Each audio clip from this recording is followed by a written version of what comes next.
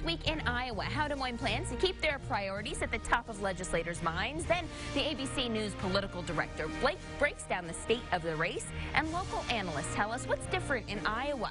Andrew Yang's message to Iowans as well inside his bus tour. Hi, everyone, and thank you so much for joining us here on This Week in Iowa. I'm Sabrina Ahmed, and we are starting off our show with Andrea Woodard, who is with the Greater Des Moines Partnership.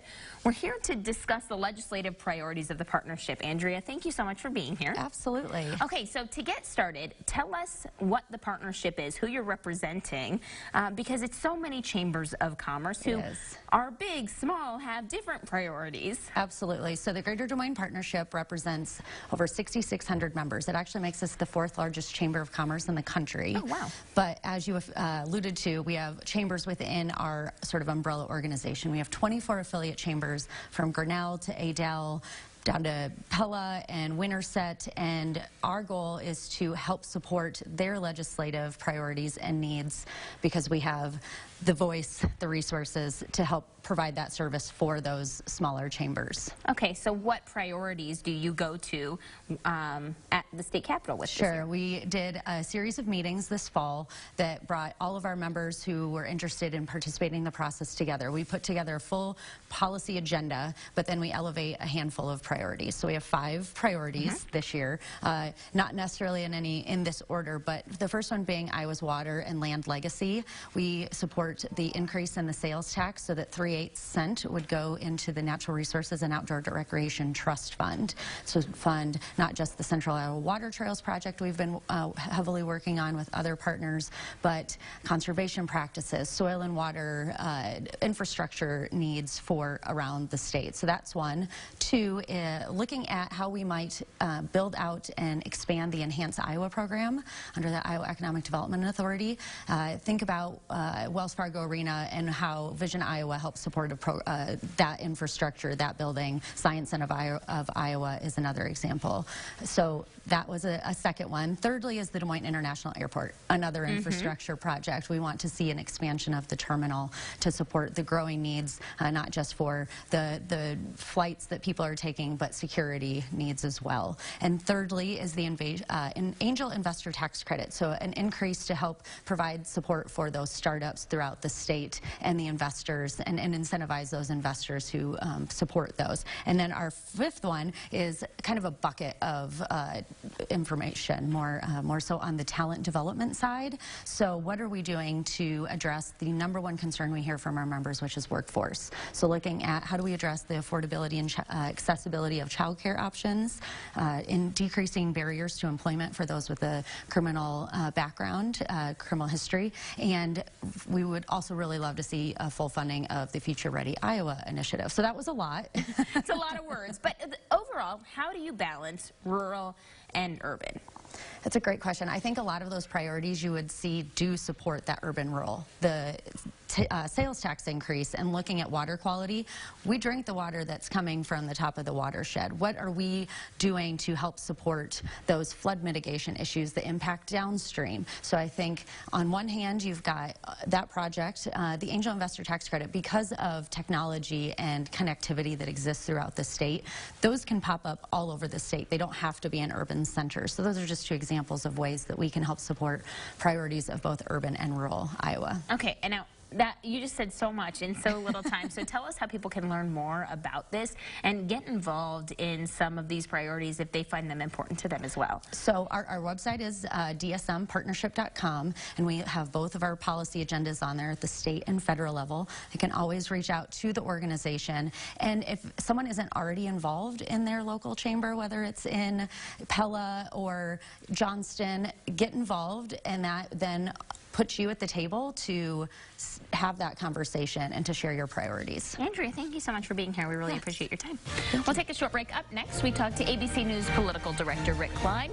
His takeaway is we are 43 days from the caucus. It's your voice and your vote. No matter your choice, decisions of politicians impact your everyday life. That's why Local 5 asks the tough questions. You guys knew about this last year. Why not fix the program last year? Uncovering the facts so you can make the right choices for you. How do you close the wealth gap in our country? From the State House to the Capitol, your legislators and candidates can affect real change. Know what their plans could mean for your family. Get local politics alerts straight to your phone. Opt in today for custom alerts on the We Are Iowa app.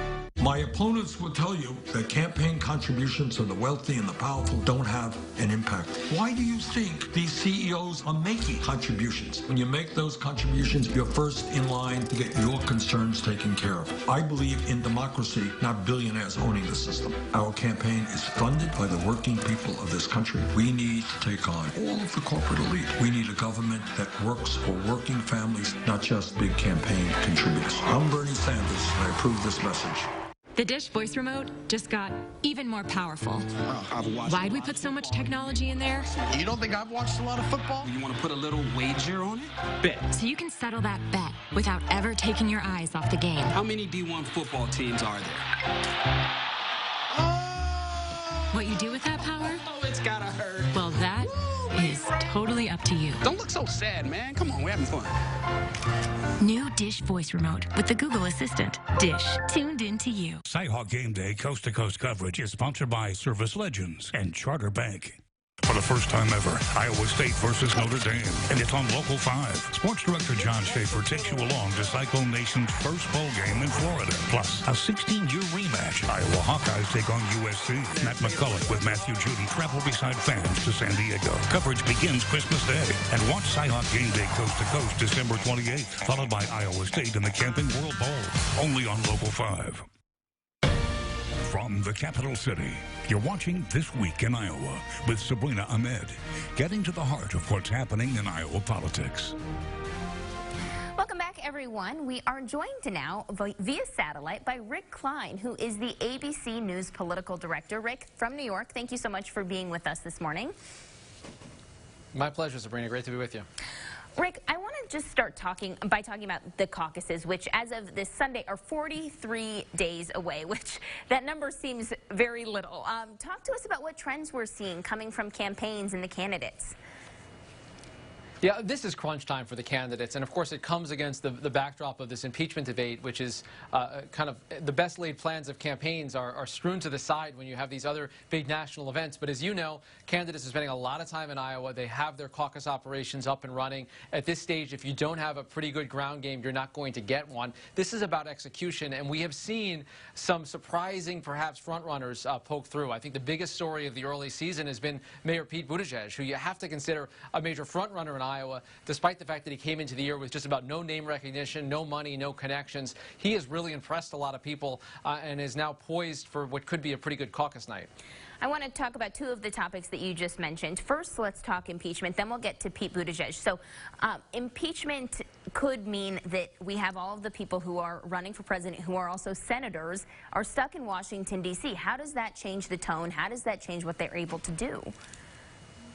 Well, I know a couple of campaigns are checking out all those flight times between Washington and Des Moines and figuring out how you can be in two places at once. Can you possibly be at a breakfast in Iowa and then back on the Senate floor by noon or 1 o'clock when the trial might get restarted in the Senate? It is an inconvenient fact for these senators running for president. There are 5 of them, including 3 on the debate stage just this week, who are senators as well as candidates, and it's very difficult for them. So that's one piece. They recognize that they have a duty to perform back in the Senate, but they also recognize that they have a job that they're vying for, which wants them to be in places like Iowa, New Hampshire, South Carolina right now. So they're going to have to split their schedules and get creative and maybe try to make some news in another way. I don't think any of them are contemplating skipping votes in the Senate or testimony in the Senate. They recognize that that's part of their constitutional responsibility, but it's definitely not how they would design things.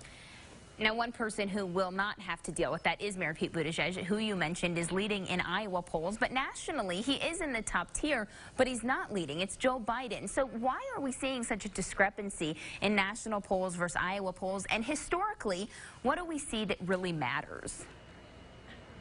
Well, that's a question that campaigns would love to be able to answer definitively, but I'll give it my best shot, Sabrina. Basically, the candidates are spending a lot of time and a lot of money and a lot of effort in boosting their recognition in Iowa. And as you know, and as Iowans know, potential caucus goers know, you have an opportunity that's almost unique in this country where you get to meet the candidates, see them up close. You definitely are exposed to more than your share of messaging from them. So it allows a candidate who is lesser known nationally, doesn't come in with a big profile as a senator, say, or a big state governor, to build something up from scratch. And it becomes just legitimately word of mouth. People talk about this young mayor from South Bend, Indiana, close by to Iowa, who's onto something. And in terms of what polls matter, in some ways they both matter, but I always put my stock in those early states because momentum matters quite a bit in this game. And breaking through in Iowa and New Hampshire and then South Carolina, if you're able to do that, you see that carry over nationally. And by the time you're out of Iowa and onto the other states, we are coming up on a national primary very quickly. Only a month between the caucuses and Super Tuesday, when giant states, including California and Texas, are voting. So can you get a fire going without that spark of Iowa? That's a big risk and a big gamble for candidates like Mayor Mike Bloomberg, who's not spending any time or money in Iowa, but is blanketing the airwaves virtually everywhere else. And it's also so interesting when we see so much money being put into the race at a national level. And Rick, thank you so much for your time. I really appreciate you speaking to us. I always have more questions for you, and there are never enough minutes in the show. So we, of course, will have you back very shortly, very soon. My pleasure. Anytime, Sabrina. Thank you. Yep, be good. We'll talk to you soon. Up next, we now have the national perspective. Let's get the local perspective. Our analysts are on the sofa next. Hello. Mom, are you going to make it on time? Don't worry, sweetie. We'll get there. There you go. Hello. So if you could be everyone, now!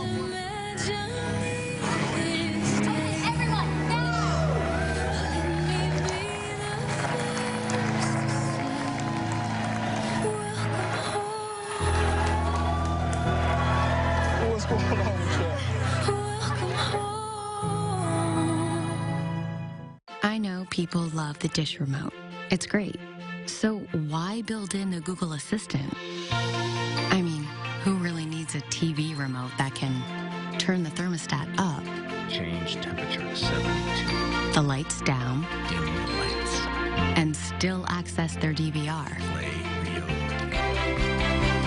Actually, some people could absolutely use a remote like that.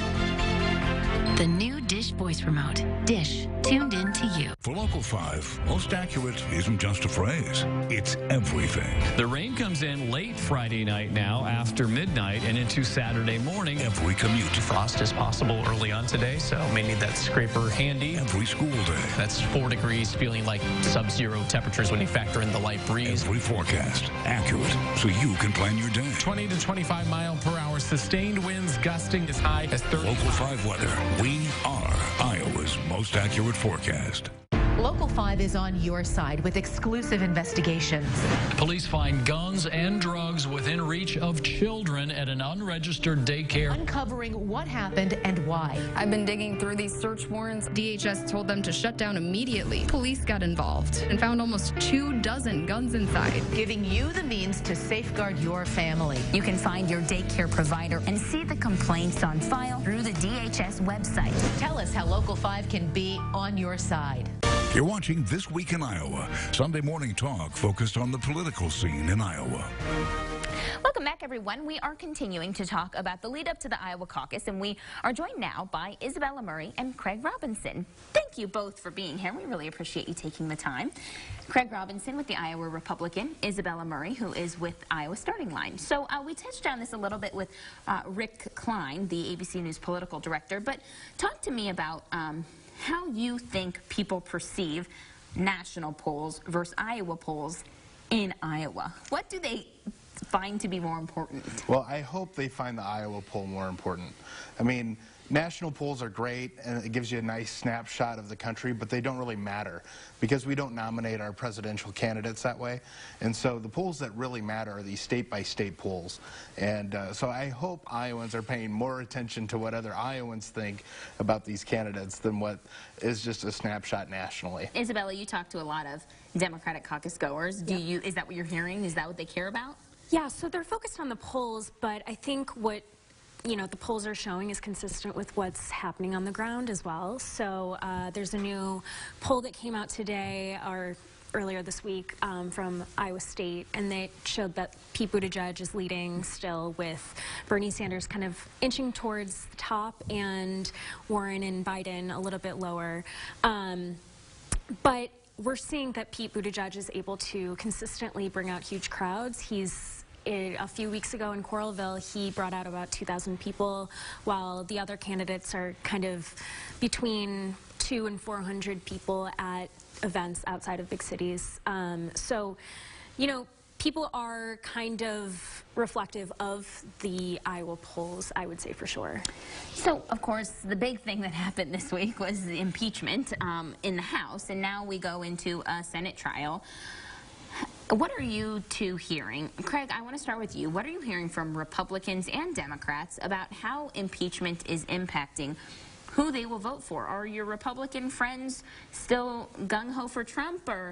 Yeah, I don't think the impeachment has done anything to slow down Republicans' view about Trump. And if anything, I think it's kind of put some wind at their backs in terms of how they feel about this general election, especially when you're looking at congressional races in Iowa, where Trump, you know, in the first three congressional districts of Iowa, Trump won these seats by more than 3.5 points.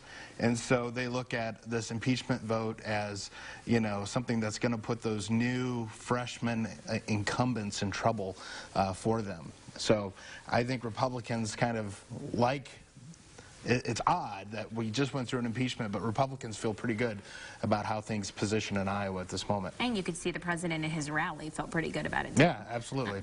And Isabella, you speak to a lot more Democrats. What's their feeling? Yeah, so a concern of sort of national media, and sometimes with Our Democracy reporter, they're concerned that Iowans don't really care about impeachment, at least the Democratic caucus goers that are at some presidential candidate events. And, you know, being at events, it's pretty clear that the voters are concerned with asking more about, you know, dinner table issues like healthcare, rural policies, and things of that nature. But when you're going around and asking specific caucus goers if they're up on the impeachment, if they care about it, they are. And I went to recently an impeachment rally sort of in front of the Capitol pre the House vote on impeachment, and it was a cold night, but there was still around 250 people there. So people, I would say that if anything, it's mobilizing the Democratic side to sort of come out in support of a candidate who's strong and can take on Trump. So this might just break records of how many people are going out to support their candidates. Yeah, I mean, I think it's partisan in nature. I mean, that's been the critique of this impeachment, that it's a partisan exercise. It's not really about anything more than that. And so it's going to rev up Democrats that are they don't like the president. They're already motivated to get behind another candidate and defeat them in the election. And for Republicans, they're almost emboldened by it too, just like the president seems to be. Okay, I had another question about the RFS, but I don't think we have time for it. So both of you, thank you so much for being here. We really appreciate it. And as always, we will continue to have you back on, as we are 43 days away from the Iowa caucus. I know, Isabella, I know that's a countdown more on your mind than it is yours, Craig. Thank you very much, you both. I appreciate it. Coming up next, Andrew Yang's bus tour across the state. Let's sit down to get to know him as a candidate.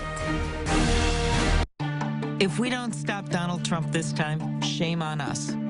Americans deserve a president who has their back, who isn't afraid to take on powerful forces, who has a record of bringing people together, and most importantly, who gets things done. I know what it takes to win in the Midwest. It's not flyover country to me, it's home. I'm Amy Klobuchar. I approve this message because we need a president who can win for all of us. The Dish voice remote just got even more powerful. Why'd we put so much technology in there?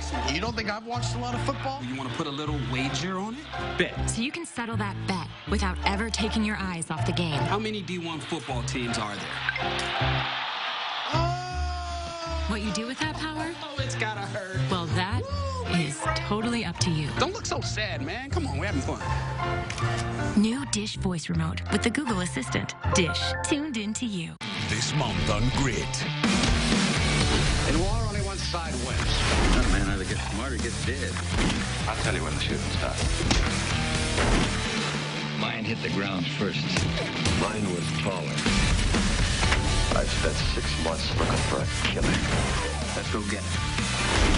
I don't figure justice is a waste of time. Alive or dead, it's your choice. Don't forget, I want to play in this game, too. Grit Television with Backbone. Laugh is your home for Drew Carey, Night Court, and That 70s Show. You know what can make it even better? Everyone's favorite tool man is on live. Where there's construction, there is destruction. Of course, we all know my assistant. Howdy. Doody. Tell your neighbors. That's gotta hurt, huh? Home Improvement. Every night, 9, 8 Central. On Laugh. You know you want to. You're watching This Week in Iowa, Sunday morning talk focused on the political scene in Iowa. Andrew Yang was one of 7 candidates on the debate stage last week, and one thing that sets him apart from the rest of the Democrats running for president is his idea of universal income. Rachel Dro sat down with him on his bus tour through Iowa to ask why that's the answer instead of something like raising the minimum wage. We're going through the greatest economic transformation in our country's history, and Iowans know it more than just about anyone. It started on your farms, and then it moved to your factories. Now it's on your main streets. Amazon's closing 30% of stores and malls while paying 0 in taxes. So the question is, how do we make this economy work for us and our families? And the best and most direct thing we can do is actually take a tiny slice of every Amazon sale and Google search and Facebook ad and put it right here into the hands of Iowans, build a trickle-up economy. This would make our people and our families stronger, healthier, mentally healthier, less stressed out, and it would create new jobs right where we live and work every day. And now that theory, of course, is just a theory. It hasn't been played out, and this universal basic income has quite a hefty price tag. Even if that trickle-up economy does end up working out down the line, how do you pay for that now? Well, again, you have a $1 trillion tech company like Amazon paying 0 in taxes, and Iowans know that's not acceptable.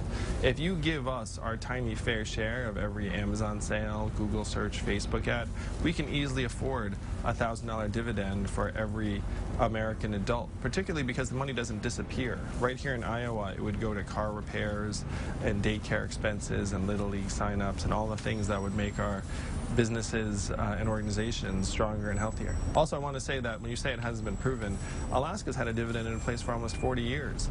Everyone in the state gets between $1,000 and $2,000 in oil money, and it's made children healthier, it's created thousands of jobs, and it's wildly popular. So what they're doing with oil money in Alaska, we can do for everyone here in Iowa and around the country with technology money. Okay, and now you have a plan to reach 0 net emissions by 2049. How do you plan to do that, realistically? Well, the big change we have to make is we have to start measuring the cost of pollution. Because right now, if you're a big company and you have emissions, we all pay a price for it, and we don't know exactly what price that the firms incurred for us all. So what you have to do is you have to put a price on pollution, and if you do that, then you can move us towards lower emissions over time very quickly. Okay, and now you have a gun safety plan in place. What exactly is that plan? What does that entail?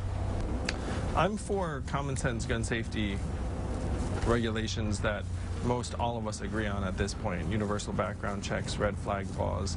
But to me, we have to go even earlier and see that the majority of gun deaths are suicides, and that we have a mental health crisis. We have to make our schools better able to support kids with different backgrounds. 96% plus of the shooters we're talking about are boys or men. And so we need to try to have our schools equip our boys to become strong young men over time. Okay, and now healthcare, the most probably divisive issue amongst the Democratic Party and all the candidates. What do you think the answer is? Is it Medicare for all? Is it a public option? Would you get rid of private insurance? I think we need to provide quality, affordable health care to all Americans, but I also think getting rid of private insurance all at once is way too dramatic. And so we need to provide a public option that Americans can evaluate for themselves and see whether it's preferable to the private insurance in the market. The goal should be for the government to outcompete private insurers and push them out of the market over time. And so you would like to see private insurers gone eventually then? Yeah, but you can't just legislate them away. You have to outcompete them.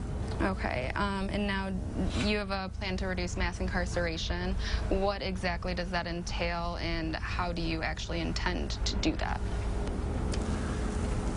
Well, first, we need to get rid of private prisons, because having prisons that profit from recidivism rates being high is not what you want. I was with a corrections officer who said to me we should pay people to stay out of jail because we spend so much money when they're in jail. We'd be better off doing anything possible to keep them out of jail. Right now, our criminal justice system is unduly punitive, particularly for things like nonviolent marijuana-related offenses and drug offenses. So we can reduce mass incarceration quickly if we curb some of the worst abuses in our legal system, particularly for people who are using drugs. The next debate is here in Iowa on January 14th. It'll take place at Drake University, but the list of necessary qualifications have yet to be released. Of course, we'll keep you posted, and we'll be right back. If you're living with diabetes and using insulin, you know the pain of pricking your fingers over and over again. By wearing a small remote device called a continuous glucose monitor, or CGM, you can reduce the pain of pricking your fingers right away. If you're testing your blood sugar 4 more times per day, injecting insulin 3 or more times per day, or using an insulin pump, call the Diabetic Health Hotline today and learn about the latest CGM technology. Not only can a CGM immediately reduce pain, it's accurate, easy to use, and helps you make better diabetes treatment decisions. And if you have Medicare, you can get a new CGM at little or no out-of-pocket cost. We'll also provide free shipping of your new CGM, and we'll bill your insurance company for you. If you are testing your blood sugar 4 more times per day and injecting insulin 3 or more times per day, or using an insulin pump, call now and learn how to receive your new continuous glucose monitor at little or no out-of-pocket cost. I know people love the dish remote. It's great. So why build in the Google Assistant? I mean, who really needs a TV remote that can turn the thermostat up, Change temperature to 72, the lights down, dim the lights, and still access their DVR? play real. Actually, some people could absolutely use a remote like that. The new Dish Voice Remote. Dish, tuned in to you. Falsely convicted of murder. Amanda Knox. I was Foxy Noxy, the monster. When they pronounced guilty, the world crumbled beneath me. Thrown in a foreign prison. I was hit, I was screamed at. Has it changed you forever? They took my freedom, they couldn't take who I was. Now she helps others who claim wrongful conviction. The police knew who did this, and yet they went after the wrong person anyway. Next, Dr. Phil. Monday at 4 on Local 5. Thank you so much for joining us here on This Week in Iowa. Don't forget that if you can't watch us here on Local 5, then you can take us with you with our podcast. You can find it on Spotify or wherever you listen to podcasts. Now, the next 2 weeks, we will be taking a winter break, so we hope you enjoy the holiday time with your family. We will see you in the new year, and enjoy everything, everyone. And again, we'll see you back in January 2020.